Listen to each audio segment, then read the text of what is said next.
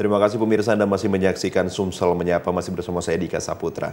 Saudara, meningkatkan kesadaran masyarakat tentang pentingnya gaya hidup sehat perlu dilakukan karena dapat membantu mengurangi risiko penyakit dan juga meningkatkan kualitas hidup yang lebih baik.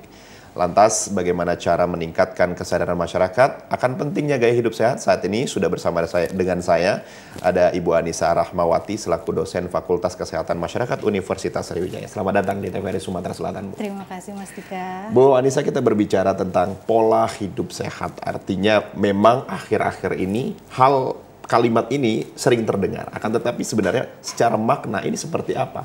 Pola hidup sehat, kemudian gaya hidup sehat yang benar ini, apakah memang ini hanya sebuah branding ataukah bagaimana sebenarnya untuk kejelasannya? Oke, baik Mas.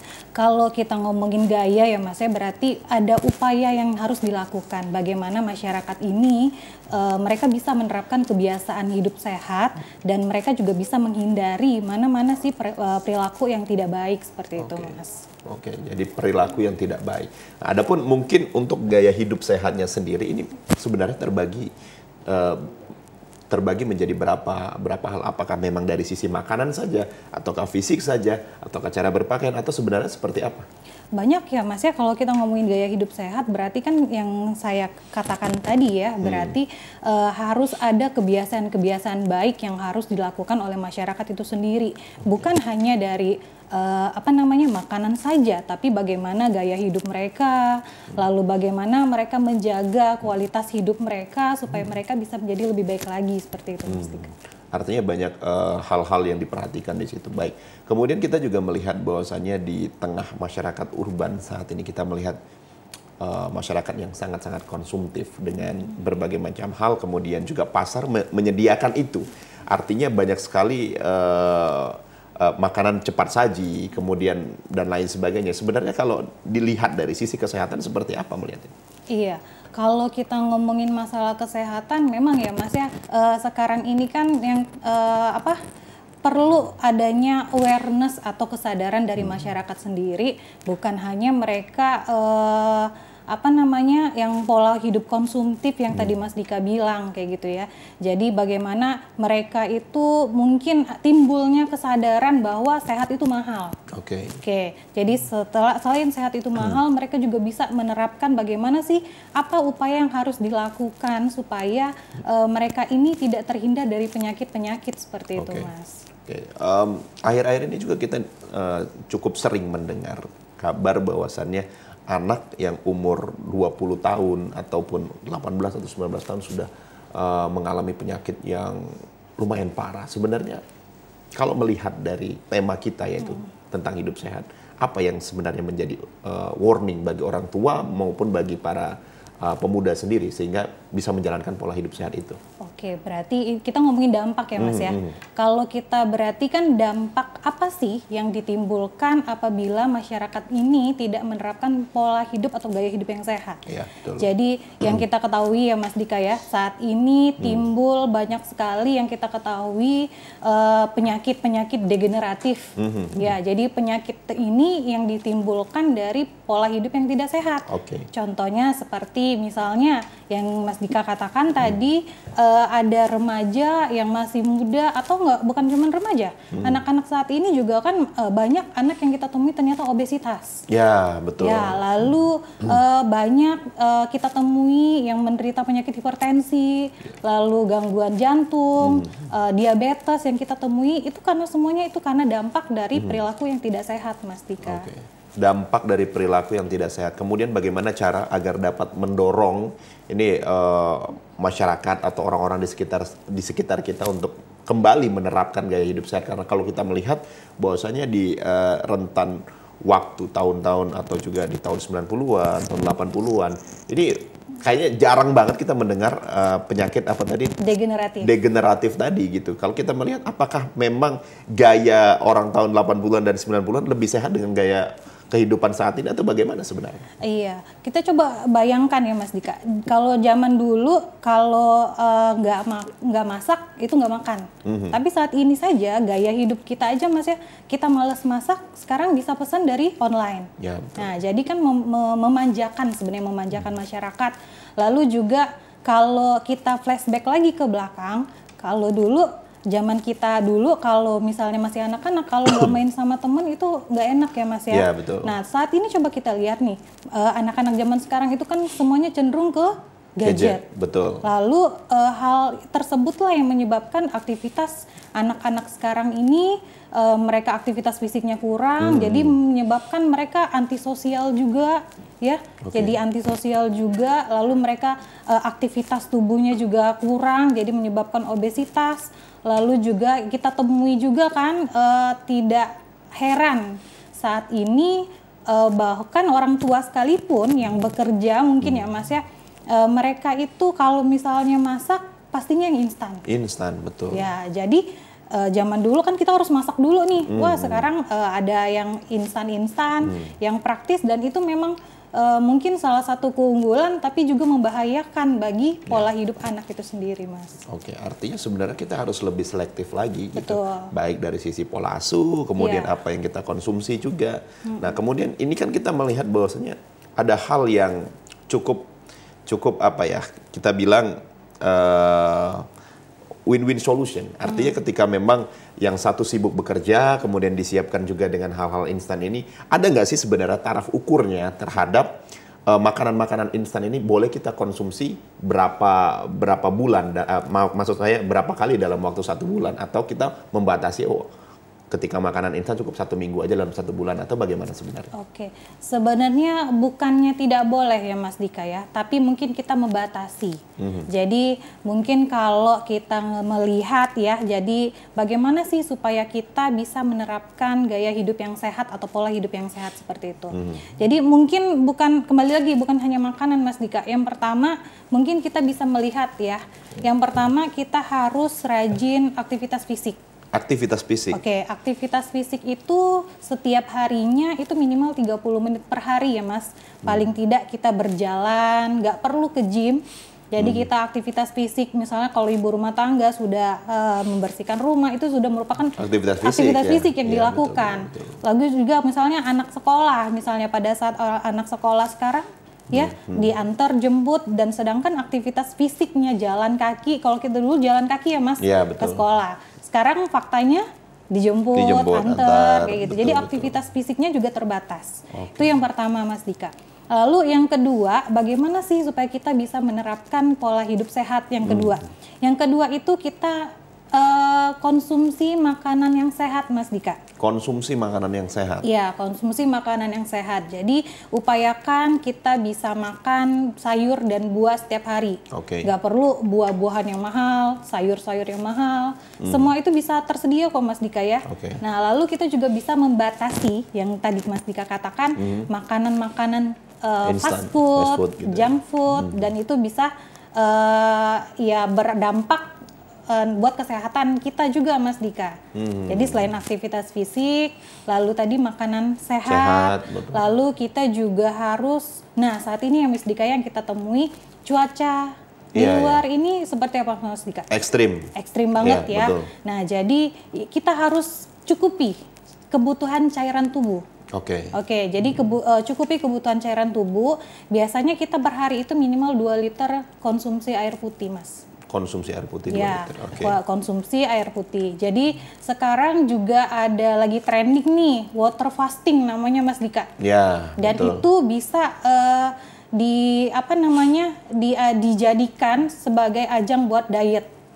Ya, jadi semakin sering orang mengkonsumsi air putih secara cukup setiap hari, itu bisa meningkatkan atau bisa menjadikan berat badan ideal. Nah, itu ya Mas Malah Dika. triknya ada di ini ya, di air putih sebenarnya. Iya, jadi dia itu triknya itu Mas Dika, misalnya sebelum kita makan, kita 30 menit sebelum makan kita konsumsi air putih itu minimal setengah liter sebelum 30 menit sebelum makan. Nah, seperti itu. Jadi karena sudah kenyang, jadi porsi makan kita juga tidak terlalu banyak. Ya, itu Mas Dika. Itu dari segi cukupi kebutuhan cairan tubuh. Selain itu, pola hidup sehat ini selain 3 yang saya sebutkan tadi, ada lagi kelola stres Mas Dika. Nah, ini penting nih. Kelola stres ini di kalangan anak-anak muda ini kayaknya menjadi sebuah hal yang penting karena apa-apa sekarang itu mental health lagi dan lain sebagainya. Cuma nanti dulu jelasinnya, mungkin pemirsa di rumah juga penasaran. Jadi tetaplah bersama kami tentunya di Sumsel Menyapa.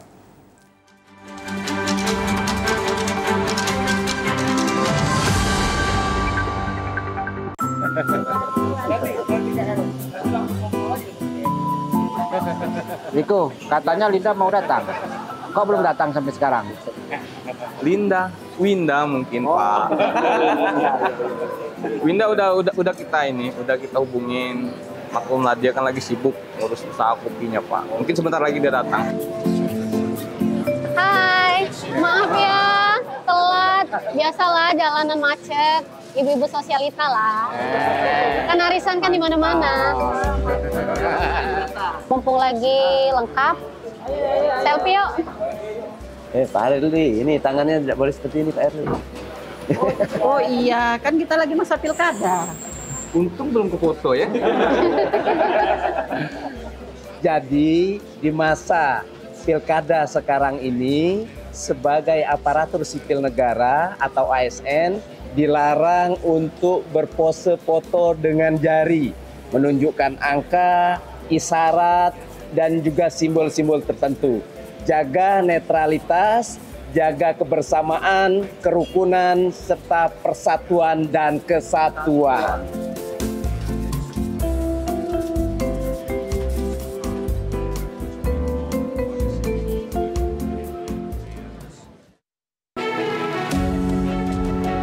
Dua pasang calon bupati dan wakil bupati Kabupaten Musi Banyuasin bertemu di panggung debat publik 2024. Debat publik pertama antar pasangan calon bupati dan wakil bupati Kabupaten Musi Banyuasin. Live dari Gedung Dharma Wanita Sekayu, Kabupaten Musi Banyuasin. Kamis, 31 Oktober 2024, pukul 19 waktu Indonesia Barat, hanya di TVRI Sumatera Selatan, media pemersatu bangsa, dan juga disiarkan secara live streaming melalui YouTube channel KPU Kabupaten Musi Banyuasin, YouTube channel TVRI Sumsel, Radio Gemar Randik 97 FM, dan Radio Lilin 91,3 FM.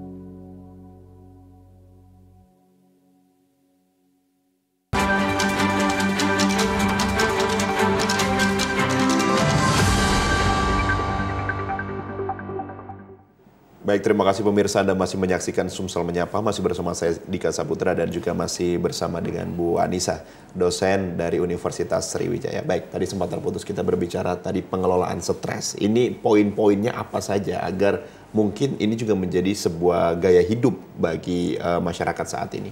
Oke, kita kalau dibilang mengolah stres itu ya Mas ya, zaman sekarang ini dikit-dikit, apalagi remaja ya, kena bullying, stres. Terus banyak tugas, stres.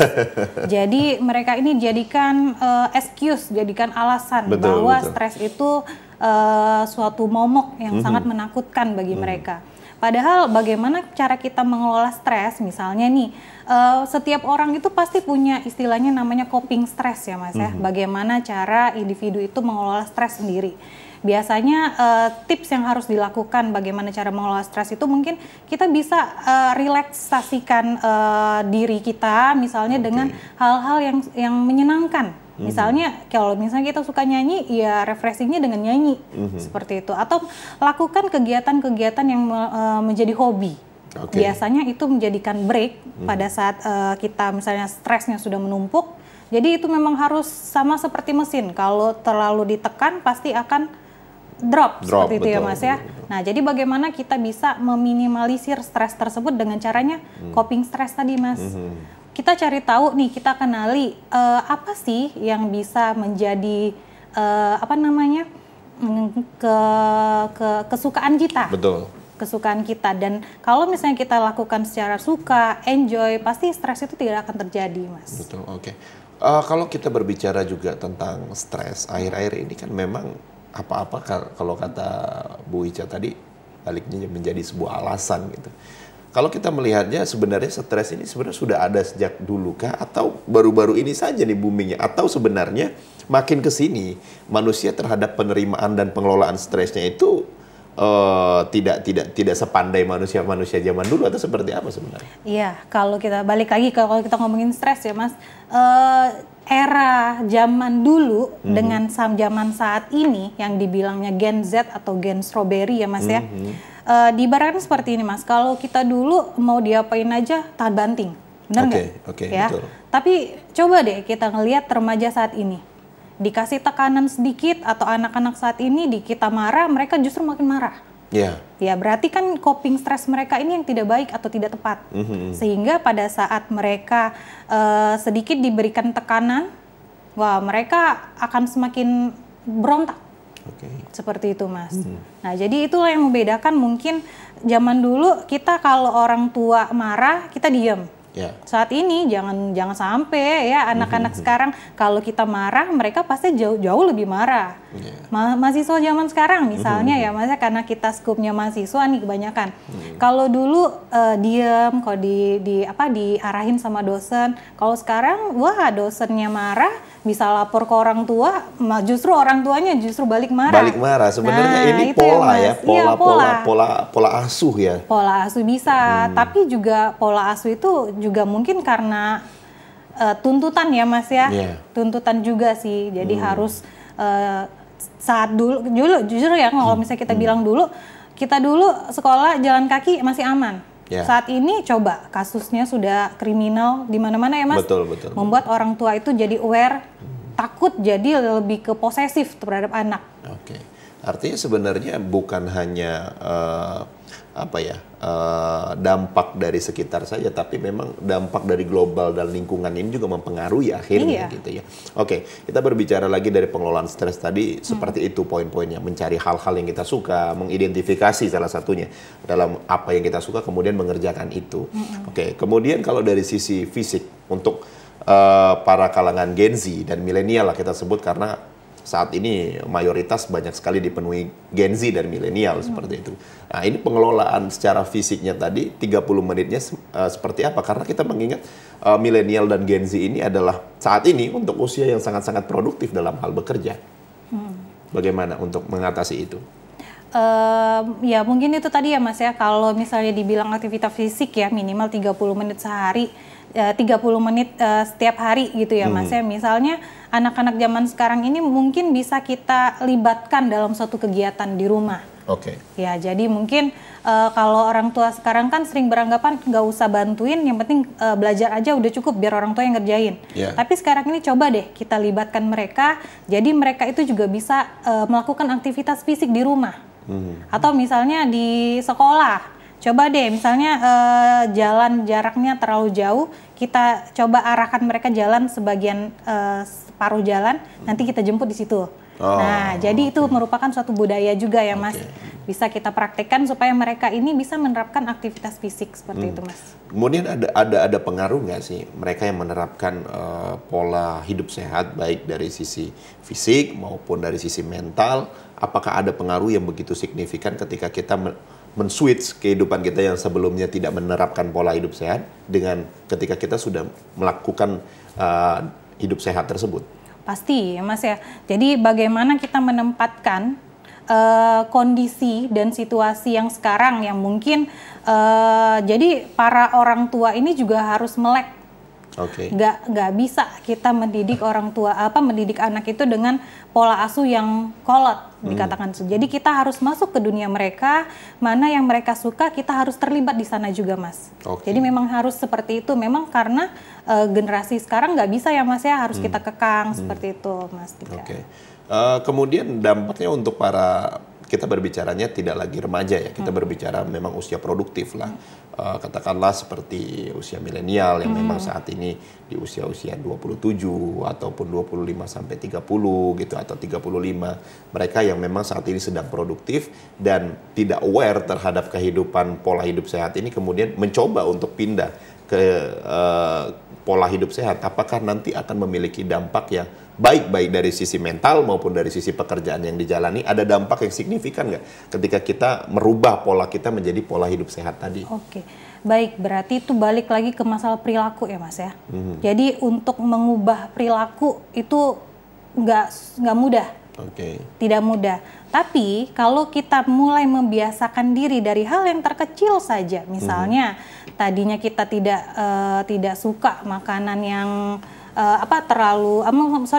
misalnya kita tidak suka aktivitas fisik, tapi kita mulai dari yang terkecil aja, jalan kaki kayak gitu kan. Jadi untuk mengubah perilaku itu tidak mudah, tapi perlahan-lahan, sedikit demi sedikit, lama-lama mulai terbiasa menerapkan perilaku hidup sehat seperti itu, Mas Dika. Dampaknya tentunya apakah akan menjadi produktivitas kita lebih baik atau kesehatan kita lebih baik atau seperti apa ketika kita menerapkan pola hidup sehat ini? Maksud saya dari sisi kreativitas apakah lebih berkembang atau seperti apa ketika pola hidup sehat itu sudah diterapkan gitu? Iya, tentu ya Mas Dika. Kalau misalnya pola hidup sehat aja sudah diterapkan, otomatis dari segi kesehatannya juga pasti akan meningkat dong Mas Dika ya. Nah, kalau misalnya aktivitas kita sudah meningkat, produktivitas kesehatan kita meningkat, otomatis produktivitas kita juga atau kinerja kita juga akan semakin meningkat. Jadi relate Mas Dika. Ada artinya dalam artian ada dampak yang sangat baik ya, baik dari sisi eksternal maupun internal kita. Internal kita, tubuh kita menjadi sehat, kemudian juga secara pekerjaan juga lebih produktif gitu ya. Baik, dan ini sangat menarik sekali karena memang kita berbicara pola hidup sehat sekarang nampaknya banyak juga yang menjadikan ini hanya sebuah branding saja gitu. Branding dalam artian upload sosial media, sedang jogging dan lain sebagainya. Nah, sebenarnya kalau dilihat dari beberapa data sendiri, mungkin Bu Ica mungkin bisa menyampaikan terkait dengan kehidupan saat ini untuk kalangan Gen Z dan juga milenial ini seperti apa? Angkanya apakah memang lebih banyak yang tidak menjalankan hidup sehat ataukah sudah banyak yang menjalankan kehidupan sehat saat ini? Iya, kalau kita ngomongin teori itu mudah ya Mas. Kalau misalnya prakteknya itu kembali lagi karena pola hidup sehat ini merupakan suatu penilaian yang subjektif maksud saya seperti itu Mas.